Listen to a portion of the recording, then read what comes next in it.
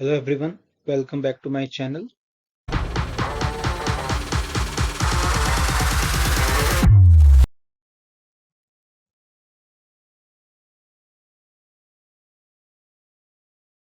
आज की क्लास में हम मार्केटिंग के बारे में डिस्कस करेंगे, मार्केटिंग के कॉन्सेप्ट को समझने की कोशिश करेंगे।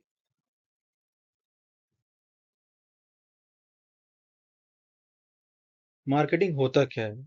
मार्केटिंग क्या है? एक प्रोसेस है जहां हम डेवलप करते हैं और इम्प्लीमेंट करते हैं।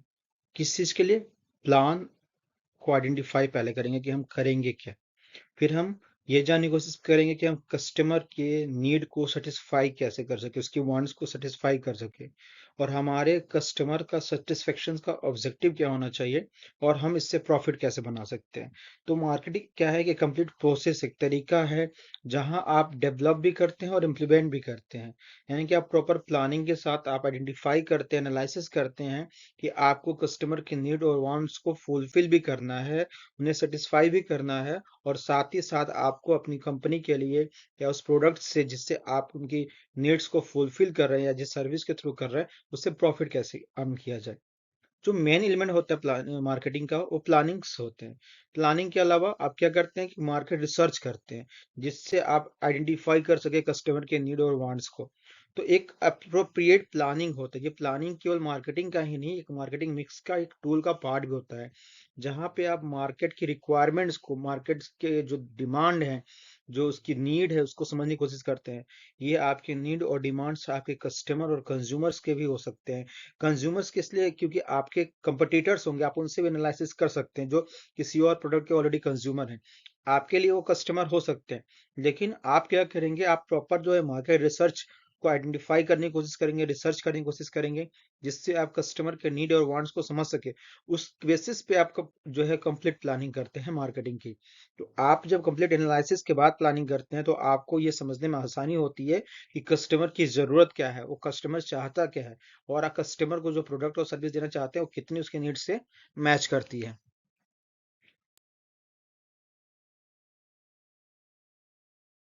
अब हम थोड़ा सा डेफिनेशन के थ्रू समझने की कोशिश करते हैं। अमेरिकन मार्केटिंग एसोसिएशन क्या कहता है कि एक ऑर्गेनाइजेशनल फंक्शन है। मार्केटिंग क्या है? एक ऑर्गेनाइजेशनल फंक्शन है जहां पे आपको क्रिएट और कम्युनिकेट और डिलीवर, इन तीन चीजों को समझिएगा, creating, communicating and delivering value to customer. आपको क्या करना है? फंक्शन है, ऑर्गेनाइजेशनल फंक्शन है, जब प्रॉपर गाइडेंस के थ्रू आपको जो एक ऐसा सिनारियो क्रिएट करना है, और साथ ही साथ आपको कस्टमर से कम्युनिकेट यानी कि बात करना है, यानी कि आप उनके एनालिसिस करेंगे किसी डाटा के बेसिस पे, या बात करके या पर्सनल लेवल पे आप ये जानने की कोशिश कर रहे हैं। कम्युनिकेशन में क्या होता है कि हम जानने की कोशिश करते हैं, तो वैसे ही आप कस्टमर से जानने की कोशिश कर रहे हैं। और क्या जानने की कोशिश कर रहे हैं? जो आप कस्टमर को देना चाहते हैं, जिस प्रोडक्ट और सर्विस को आप उन्हें प्रोवाइड कराना चाहते हैं, जो डिलीवर करना चाहते हैं वैल्यू ऑफ प्रोडक्ट, उसे आप जिस किस तरीके से दिया जा सके, उससे क्या बेनिफिट होगा उनको, और साथ ही साथ ऑर्गेनाइजेशन को क्या बेनिफिट होगा, और इसके स्टेक होल्डर को। तो अमेरिकन मार्केटिंग एसोसिएशन ने इतना कहना चाहा कि एक ऑर्गेनाइजेशन फंक्शन है जहां पे आप क्रिएट और कम्युनिकेट और डिलीवरिंग वैल्यू टू कस्टमर, आप ये सारी चीजें कस्टमर को देने की बात करते हैं, और साथ ही साथ आप कस्टमर से एक स्ट्रॉन्ग रिलेशनशिप की बात करते हैं, कि आप कस्टमर को लॉन्ग टाइम के लिए आप देखते हैं। आप वो ये नहीं कि आज बस प्रोडक्ट बेच लिया, आप इसको एक फ्यूचर फोरकास्ट के फॉर्म में लेके जाते हैं कि आपका और कस्टमर का रिलेशनशिप क्या रहे, एक बेहतर वे बना रहे, ताकि आप उनसे इन फ्यूचर वो आपके हमेशा एक ट्रस्ट कंज्यूमर के फॉर्म में काम करे आपके साथ, आपके प्रोडक्ट को खरीदे, माउथ मार्केटिंग करे, अच्छे फीडबैक दें।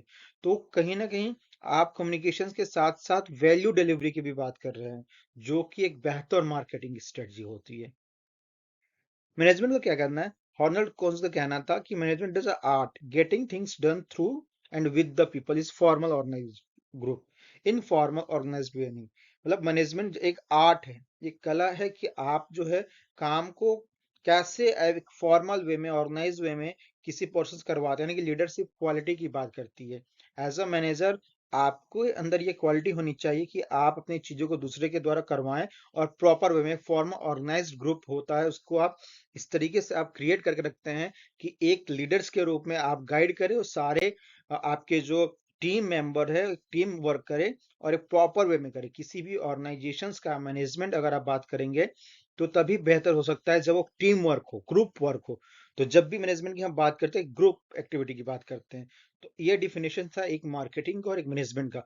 तो आप जब इसको रिलेट करेंगे ना, तो एक तरफ से आप क्या कर रहे हैं, आप जो है ऑर्गेनाइजेशनल फंक्शन के रूप में भी काम कर रहे हैं, और एक आप मैनेजमेंट, एक जो आर्ट का फॉर्म है, आप उसको भी यूज कर रहे हैं।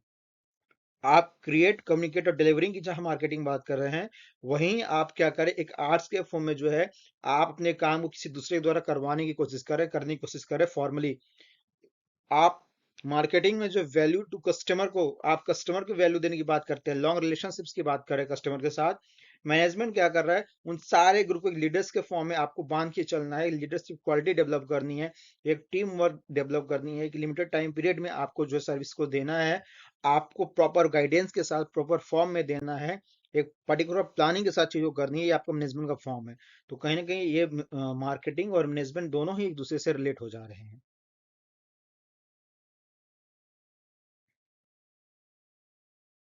समझिएगा, फिलिप कॉटलर का कहना था, the father, the modern marketing के फादर कहे जाते हैं फिलिप कॉटलर को, हमेशा याद रखिएगा। फिलिप कॉटलर जो है मॉडर्न मार्केटिंग के फादर है।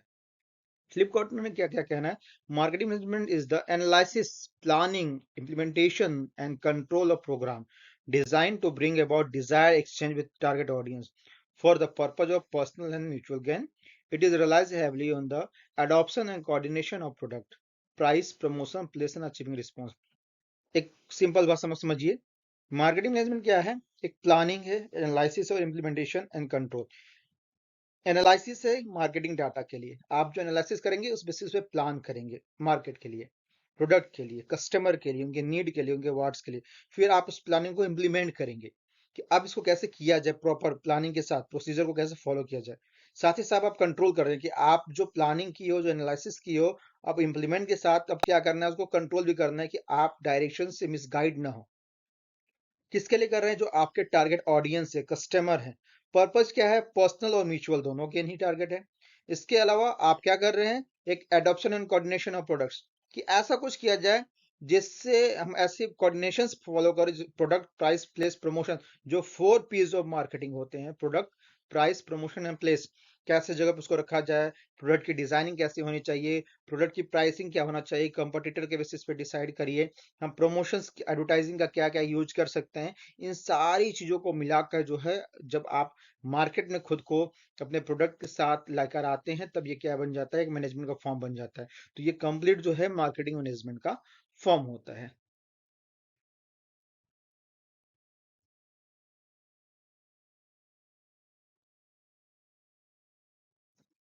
मार्केटिंग मैनेजमेंट क्या है, एक बिजनेस प्रोसेस है जो कि कंप्लीट मार्केटिंग एक्टिविटीज को मैनेज करता है। एक तो प्रॉफिट सीकिंग और नॉन प्रॉफिट दोनों ही हो सकता है।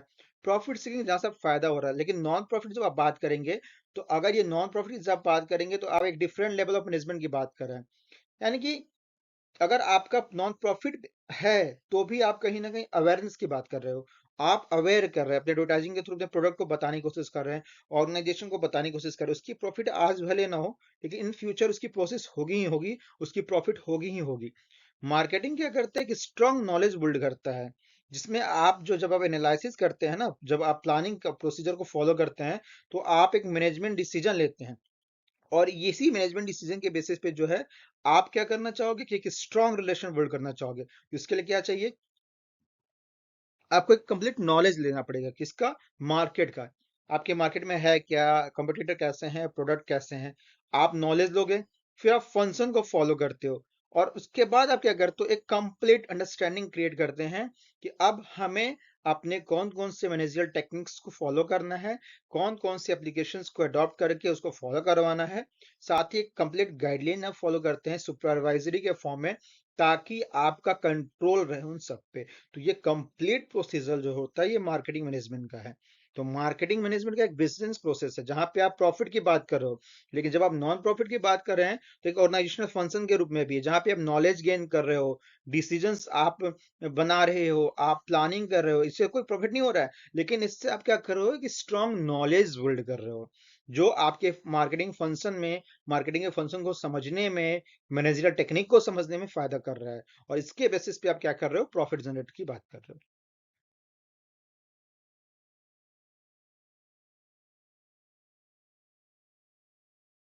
अब जो कुछ कोर कॉन्सेप्ट होते हैं मार्केटिंग, उनको समझने की कोशिश करते हैं। मार्केटिंग का जो कोर कॉन्सेप्ट है वो मेनली देखा जाता है नीड, वांट्स, डिमांड और प्रोडक्ट्स। देखिए, नीड, वांट्स एंड डिमांड, इसके अलावा भी और भी हैं, जैसे value, cost and satisfaction. Need, wants and demand क्या हो सकता है? प्रोडक्ट, सर्विस और आइडियाज का हो सकता है। वैल्यू, कॉस्ट एंड सेटिस्फेक्शन की बात कर रहे हैं, हम आगे डीपली समझने की कोशिश करेंगे।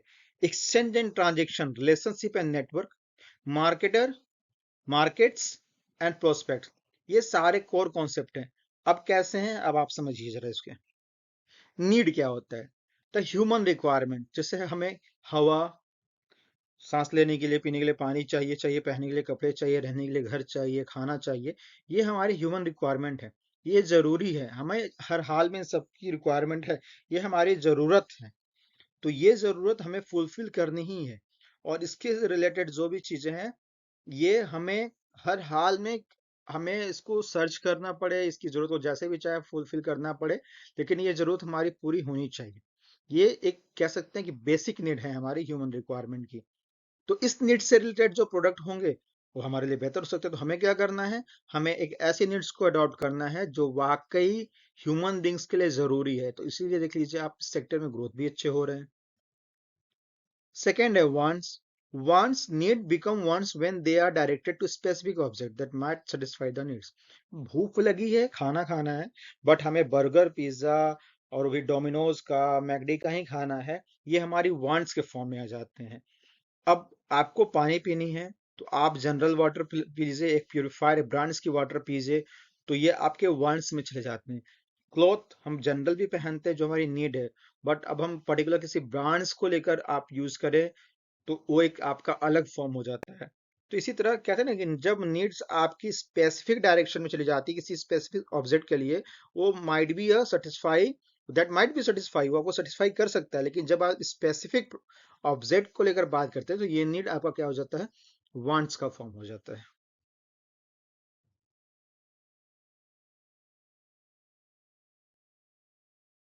डिमांड, किसी भी स्पेसिफिक प्रोडक्ट को आप जो चाहते हैं उसको खरीदने की, उसकी वैल्यू को पे करने की आपके पास कैपेसिटी होती है, उसी को हम डिमांड करते हैं।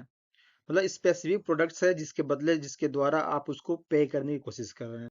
जैसे मुझे मोबाइल फोन चाहिए, बस मुझे आईफोन ही चाहिए, तो मेरे पास एबिलिटी होनी चाहिए पे करने की।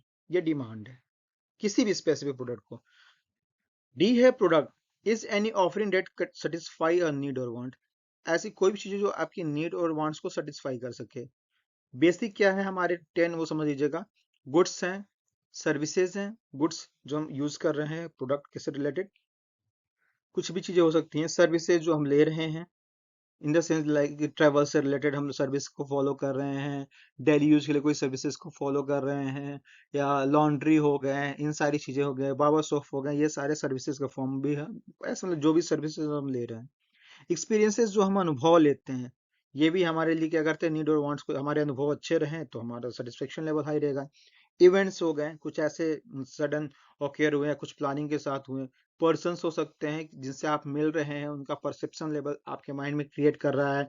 फिर आपको, आप जिस सोच से उनसे मिलने गए या जिस सोच के साथ आप उन पर्सन के साथ जुड़े हुए हैं, वो मैच करता है, तो कहीं ना कहीं ये आपके नीड और वांट्स को सेटिस्फाई कर रहा है। प्लेस, लाइक आप कहीं घूमने गए हो या कहीं ऐसी जगह पर गए हैं जिसके बारे में आपने बहुत अच्छा सुना है। अब आप क्या चाहते हैं कि वाकई ये प्लेस वैसा है नहीं, जब आपने विजिट किया वो वाकई वो वैसा था, तो कहीं ना कहीं ये भी आपके नीड और वांट्स को जो है फुलफिल करा है।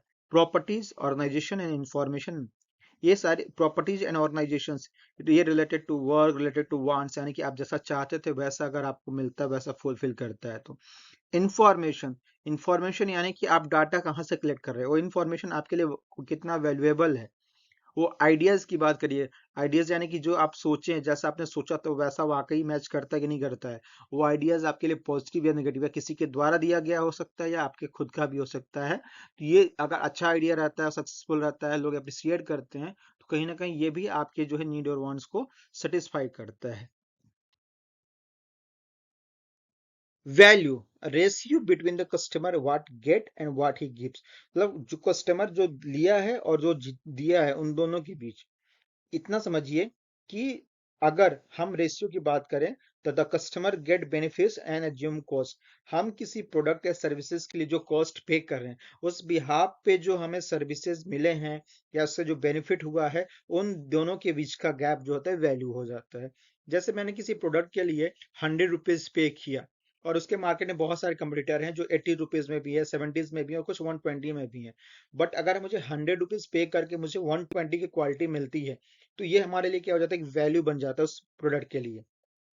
वैसे ही हमने कुछ पे किया सर्विस के लिए, और हमें एक ऐसी सर्विस दी गई जो एक वेरी इंपॉर्टेंट या वीआईपी सर्विस थी, या एक एक्स्ट्रा ऑर्डिनरी सर्विस थी, जिसका कॉस्ट मार्केट में मेरे पे की हुए कैपेसिटी से भी ज्यादा है, बट मेरे को उतनी बेहतर तरीके से मिली।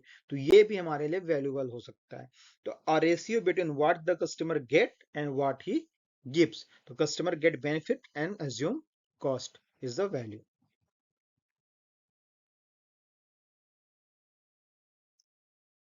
Thank you so much for watching and listening me.